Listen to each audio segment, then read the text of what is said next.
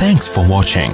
Don't forget to like, comment, share and subscribe to Mufti Tariq Masood, famous scholar. اچھا میرے بھائی، امام کے پیچھے الحمد شریف پڑھنا کیسے؟ بہت ہو گئے یہ مسائل یار. وہ میں نے حدیث یوٹیوب پہ کلپ موجود ہے. اگر ہم امام حنیفہ کے نزدیک جائز نہیں ہے، اور وہ جو حدیث ہے من کان الامام فقراۃ الامام لہ قراءۃ، جس کا امام ہو امام کی قراءت مقتدی کے لیے کافی ہے. اس حدیث کی باقی پورے دلائل یوٹیوب پہ ریکارڈ کرا چکا ہوں. اگر ہم ظہر کی نماز کے وقت مسجد جائیں تو جماعت کھڑی ہو رہی ہو تو سنتیں نہیں بھائی، سنتیں بعد میں پڑھیں، جماعت کے بعد ادا کرنی چاہیے. ادا کرنے کا طریقہ یہ ہے کہ پہلے 2 سنتیں پڑھ لیں پھر 4 پڑھ لیں، اور اگر کسی نے پہلے 4 پڑھ لی 2 بعد میں پڑھ لی وہ بھی ٹھیک ہے. اگر کوئی نماز قضا ہو جائے تو اس نماز کے سنت اور نوافل کرنے ہوں گے یا نہیں؟ صرف فرض پڑھنے ہوں گے، وطر بھی پڑھنے ہوں گے. کیا قضا عمری کی نماز کی بھی سنت نوافل ادا کرنا؟ نہیں، قضا عمری صرف فرض ہوتے ہیں. گناہ سے بچنے کے لیے خود کو تکلیف دی جا سکتی ہے، جیسے ایک نوجوان نے خود کو روکنے کے لیے چراغ پر ہاتھ رکھ دیا تھا. گناہ سے بچنے کے لیے خود کو تکلیف دیں، لیکن تکلیف برائے تکلیف نہ ہو، اس میں عبادت کا عنصر بھی ہو. جیسے آپ سے گناہ ہو گیا تو صدقہ کریں، یہ تکلیف ہوگی نا، پیسے خرچ ہوں گے. روزہ رکھیں، 50 نوافل پڑھ لیں، اس قسم کی تکلیف دیں. آگ پہ ہاتھ نہ رکھیں. اور کرنے سے پہلے بھی دے سکتے ہیں. یہ تو کر لیا نا، کرنے کے بڑے نقصانات ہیں. گناہ کے سائیڈ افیکٹ بہت لوگ اس نیت سے کر لیتے ہیں ہم کر کے صدقہ کر دیں گے، روزہ رکھ کے سزا دے دیں گے. نہ بھائی، گناہ سے دور ہی رہو. یہ ایسے جیسے کوئی کہ میں زخم کر کے اپنا علاج کر لوں گا. زخم ہو جائے تو علاج کیا جاتا ہے، علاج کی نیت سے زخم نہیں لگایا جاتا. ایک ہندوستانی اداکار کے مرنے پر کچھ لوگ یہ کہنے لگے ہیں کہ یہ جہنم میں جائے گا، اور دوسرے جو یہ کہہ رہے ہیں کہ تم لوگ یہ نہیں تو کہہ سکتے کہ جہنم میں جائے گا، یہ اللہ کا کام ہے، تو اسلام میں کیا صحیح ہے؟ کسی مخصوص شخص کے بارے میں کہنے کی ضرورت ہی نہیں کہ جہنم میں جائے گا. بس جس کی بھی موت کفر پہ ہوگی، ایمان کے بغیر ہوگی، قاعدہ یہ ہے کہ وہ جہنم میں جائے گا. یہ کہنے کی ضرورت نہیں ہے کہ یہ والا، ٹھیک ہے نا؟ یہ بالکل غلط ہے، اس طرح نہیں کہنا چاہیے. یہ ایسا ہی ہے جیسے ایک آدمی رات کو اٹھ کے دعا مانگ رہا تھا نا. مزدور تھے، رات کو نہیں، مزدور اکٹھے کمرے میں سو رہے ہوتے، تو رات کو تہجد پڑھ رہا ہے، اے اللہ تو دیکھ رہا ہے، میں سب لوگ یہ سب سو رہے ہیں. بھائی تو ویسے ہی جنرلی کہہ دے کہ اللہ ساری دنیا سو رہی ہے، میں رات کو اٹھ کے تیرے سامنے عبادت کر رہا ہوں. جنرلی ایک نارم جیسے بار اے اللہ تو دیکھ رہا ہے کہ یہ سب کیا کر رہے ہیں، سو رہے ہیں، میں تیرے سامنے کھڑا ہوا ہوں. اے اللہ جتنی ان لوگوں نے محنت کی ہے دن میں نے بھی اتنی محنت کی، جتنی تھکاوٹ مجھے اتنی ہی ان کو، پھر بھی یہ سو رہے ہیں اور میں. تو ایک نے کمبل سے منڈی نکالی، بولا کم بخت تو اپنی تعریفیں کر، ہماری غیبتیں کیوں کر رہا ہے بیٹھ کے اللہ کے سامنے، ہماری برائیاں کیوں کر رہا ہے بیٹھ کے.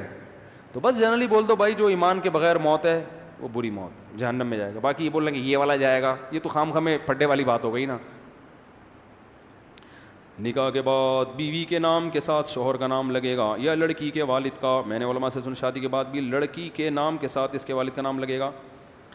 نسب تو تبدیل کرنا جائز نہیں ہے، شوہر کا نام بھی لگا سکتے ہیں، والد کا بھی. لیکن میرا خیال یہ ہے کہ چونکہ نسب باپ سے چلتا ہے، جائز ناجائز کی بات نہیں، جائز دونوں ہیں. نسب باپ سے چلتا ہے تو باپ کا نام ہی لگنا چاہیے، کیونکہ صحابہ میں باپ ہی کے زیادہ تر ایسا ہی ہوتا تھا، بنت فلان، ٹھیک ہے نا. یعنی جو نام کا حصہ باپ کا نام کا حصہ ہوتا ہے. باقی تعریف کے لیے بھی کہتے تھے فلاں کی زوجہ، صحیح ہے نا. جب نبی کے پاس ایک خاتون آئی، نبی نے پوچھا صحابی سے کون آئی، انہوں نے فرمایا عبداللہ بن مسعود کی زوجہ. تو انٹروڈکشن کے لیے تو یہ ہونا چاہیے میاں کا نام، فلاں کی وائف ملنے کے لیے آئی ہیں. اس سے آدمی سوچتا ہے ملنے کے قابل ہیں یا ملنا چاہیے کہ نہیں، کیونکہ شادی کے بعد عورت کا تعارف کس سے ہوتا ہے؟ میاں سے ہوتا ہے. لیکن نسب کس کے، قوم کہاں سے چلے گی؟ باپ سے. تو نام کا جو جزو ہے نا وہ باپ کا نام ہونا چاہیے. سمجھ رہے ہو کہ نہیں سمجھ رہے؟ نام کا حصہ کون ہونا چاہیے؟ جیسے میرا نام ہے نا طارق مسعود، تو طارق میرا نام تھا، مسعود میرے ابا کا نام تھا. تو ایسے ہی کوئی خاتون ہو تو اس کے ساتھ بھی نام کا جو جزو ہے وہ باپ کا نام ہونا چاہیے. تو شکر ہے میں خاتون نہیں ہوں، اگر ہوتی اللہ نہ کرے تو بھی اپنے نام کے ساتھ کیا لگاتی؟ ابا کا نام کا جزو. باقی تعارف میں بھائی فلاں کی زوجہ. تو اس طرح سے ہونا چاہیے. باقی یہ کہ نادرہ کی میرا خیال ہے ریکوائرمنٹ بھی ہے شوہر کا نام ساتھ میں لگانا. کچھ چیزیں انگریزوں سے آئی ہیں. انگریزوں میں ابا کی تو کوئی ویلیو، ابا کا پتہ ہی مشکل سے چلتا ہے.